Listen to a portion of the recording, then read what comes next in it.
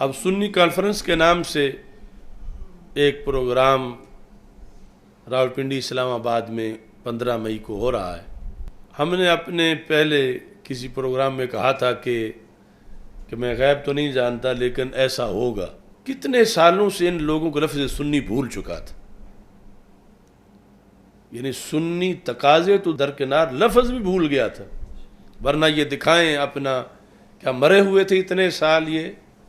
سنی conference کرنے کا خیال ان کو کیوں نہیں آیا؟ حالانکہ انہوں نے سنی کانفرنس کرنے کا لائسنس لیا ہوا تھا اپنے بقول کہ نہیں، جب کرائیں گے ہم کرائیں گے، کسی کو نہیں کرانے دیں گے۔ تو ہم نے اللہ کا فضل ہے کہ جس وقت احیاء اہل سنت کے لیے ضرورت دی، دلائل دیے کتنی دیر تک اس لفظ کی بڑی ضرورت ہے، یہ لکھو۔ اور اس کی کانفرنس جس پر بھی ہمارے کارکنوں سے کچھ لوگوں نے جھگڑا کیا کہ یہ تم سنی کانفرنس کی کیا ضرورت ہے، لیکن سنی کانفرنس جو ہے اس کے بعد ان لوگوں کو اچھی طرح یہ معلوم ہو گیا کہ اگر ہم نے جینا ہے تو سہارا ہمیں پھر لفظ سنی کا ہی لینا پڑے گا۔ اور اس کے پیش نظر انہوں نے یہ موجودہ کانفرنس جو ہے یہ اس کا اعلان کیا، اور اس سے پہلے سندھ میں ایک چھوٹی سی کی، پہلے ایک مرتبہ کینسل ہو گئی، اور یہ جو سنی کانفرنس 2022 اگلے سال 23 کی ہوگی، تو اس کی یہ جو بیداری ہے، اس کے بعد اتنی کامیابی ہمیں ملی کہ یہ لوگ لفظ سنی کے لیے تو مجبور ہوئے کہ جس کو کہیں یہ کسی کے پاس گروی رکھ چکے تھے کہ تمہیں خوش کرنے کے لیے یہ لفظ بھی نہیں بولیں گے، کہ کوئی کہتا تھا ایجنسیاں نہیں بولنے دیتی، کوئی کہتا تھا اس سے بندہ متنازع ہو جاتا ہے، کوئی یہ کہتا تھا، کوئی وہ کہتا تھا، لیکن بالآخر یہ لفظ لیکن کانفرنس انہیں رکھنی پڑی، اگرچہ فونٹ تک انہیں ہمارا ہی لینا پڑا اور سب کچھ ایسا کرنا پڑا۔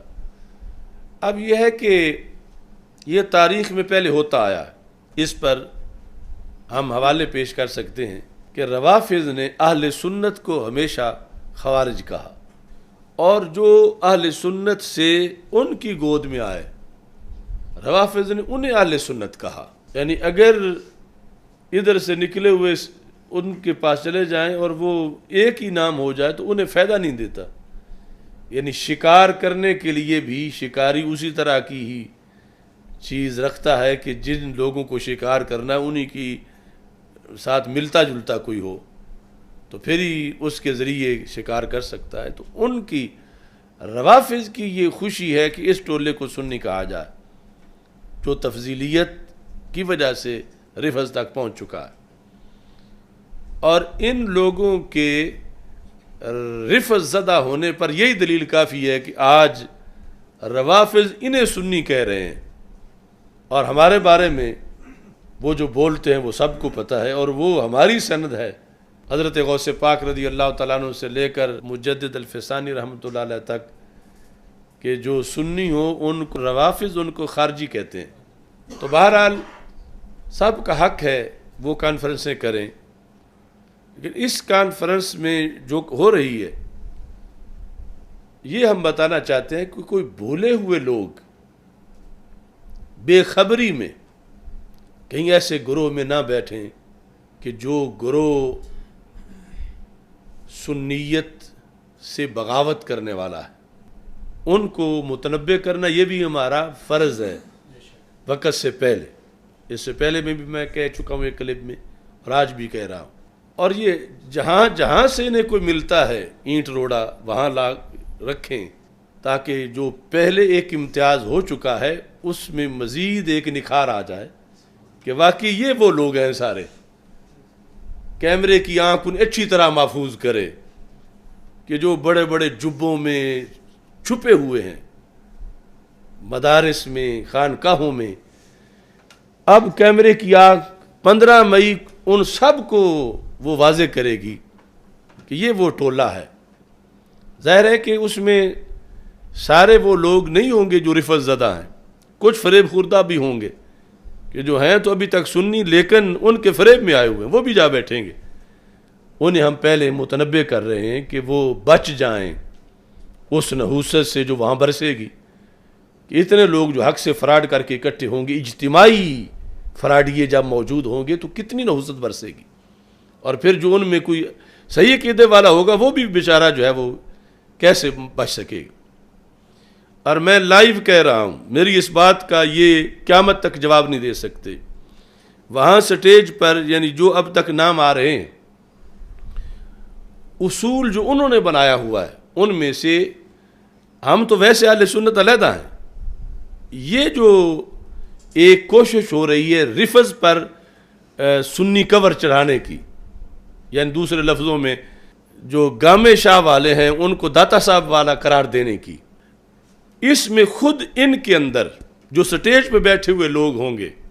ان میں سے آدھے وہ ہیں کہ جن کا باقی آدھے لوگوں پر توہین اہل بیت کا فتویٰ ہے۔ توہین صحابہ تو علیحدہ بات ہے، توہین اہل بیت رضی اللہ تعالی عنہم کا جو جماعت اہل سنت کی قیادت ہے اس پر مین ان کے لوگوں کا جو وہاں سٹیج پہ بیٹھے ہوں گے توہین اہل بیت کا اور کفر کا فتویٰ ہے، اور وہ یہ پوچھیں گے تو میں وہ فتویٰ بھی دکھا دوں گا اور وہ نام بھی بتا دوں گا۔ یہ چون چون کا مربع ہے، مکس اچار تو کہنا درست نہیں، وہ تو پھر بھی فطری ہوتا ہے، اسے کھایا جا سکتا ہے، اور یہ جو کچھ بنا کے بیٹھے ہوئے ہیں وہ بہت خطرناک چیز ہے۔ وہ اصول اہل سنت ہیں ہی نہیں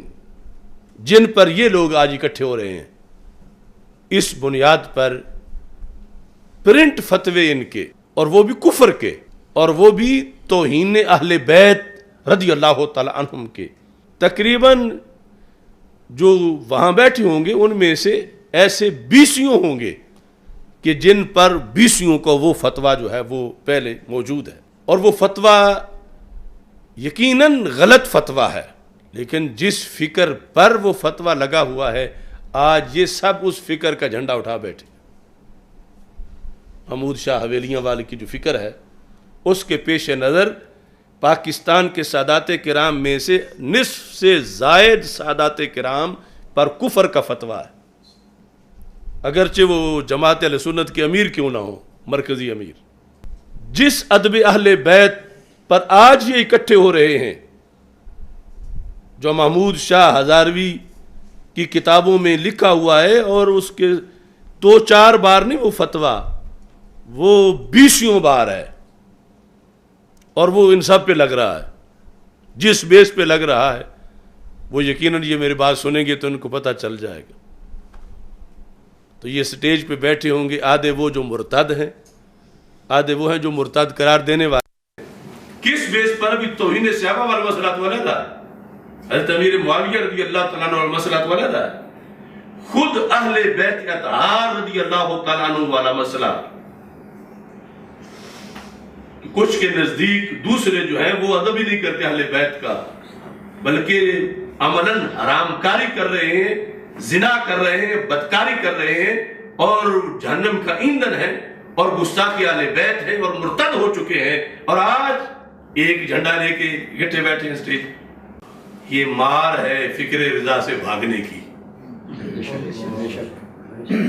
یہ امام احمد رضا بریلوی کہ مسلک چھوڑنے کی ان کو دھتکار ہے کہ یہ سٹیج پر آپس میں وہ دو لوگ کئی ایسے گلے ملیں گے جن میں سے ایک دوسرے کو مرتد سمجھتا ہے، اور مرتد بھی توہین اہل بیت کی وجہ سے سمجھتا ہے، کیونکہ اس شخص نے توہین اہل بیت کا ایک وہ معیار قائم کیا جو 14 صدیوں کے اہل حق کے عقیدے سے بغاوت کر کے بنایا تھا، اور اس پر یہ پچھلے قائم ہیں، جن کے پاس اگرچہ تنظیمی عہدے نہیں ہوں گے مگر وہاں براجمان ہوں گے، اور ان پر یہ ساری فکر، یعنی یہ جو لوگ کانفرنس کرا رہے ہیں ریاست خود پیچھے ہٹ کے ان کو آگے لگا کر، یہ سب اسی نظریے کے لوگ ہیں، جس میں عبدالقادر شاہ یا عرفان شاہ یا سب کچھ یہ اس محی الدین محبوب کے ساتھ مل کر یہ صورتحال ہے۔ اوپر ٹائٹل ہے کہ نفرتیں مٹائیں گے، محبتیں بڑھائیں گے، محبتیں روافظ سے بڑھائیں گے اور نفرتیں روافظ سے مٹائیں گے، یہ ان کا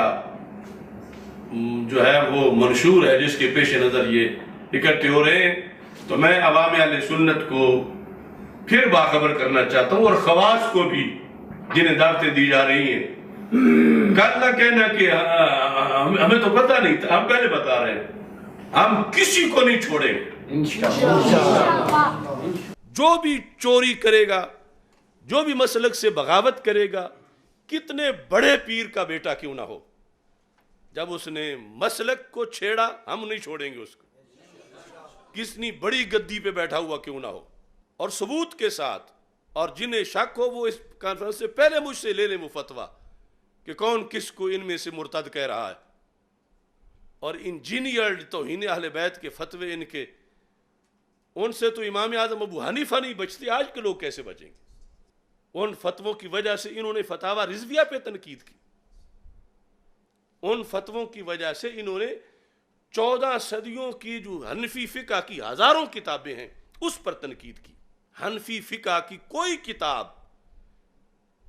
ان منحوس لوگوں کی فتوے کی بچی ہوئی نہیں ہے۔ اتنے بڑے بڑے امت کے اکابر اور اتنے بڑے بڑے اسلاف، ان سب کو انہوں نے اس اپنے جعلی فتوے کے ذریعے سے سب پر رد کیا ہوا ہے، اور جس بیس پہ رد کیا ہے اس کا ارتکاب ان میں سے نصف سے زیادہ لوگوں نے خود کیا ہوگا جو سٹیج پہ بیٹھے ہوں گے، جماعت اہل سنت کی امیر سے لے کر نیچے تک۔ تو لہذا میں ان لوگوں سے کہتا ہوں جو جماعت اہل سنت میں صحیح العقیدہ لوگ ابھی تک ہیں، ہمارے سورسز کے مطابق یا سوچ کے مطابق، کہ وہ اس کانفرنس سے پہلے تطہیر کریں سٹیج کی، ورنہ خود گٹر میں گریں گے، خود بھی جو ہے وہ ساتھ ہوں گے۔ بہرحال یہ ہماری ایک ذمہ داری تھی جو میں نے بتائی، باقی ہر کسی کی اپنی مرضی ہے، جو کسی سے جا کے معانقہ کرے، جو ان سے بڑے بڑوں پلیدوں سے کرتے رہتے ہیں وہ چھوٹوں سے کر لیں گے تو اس میں کیا حادثہ ہوگا۔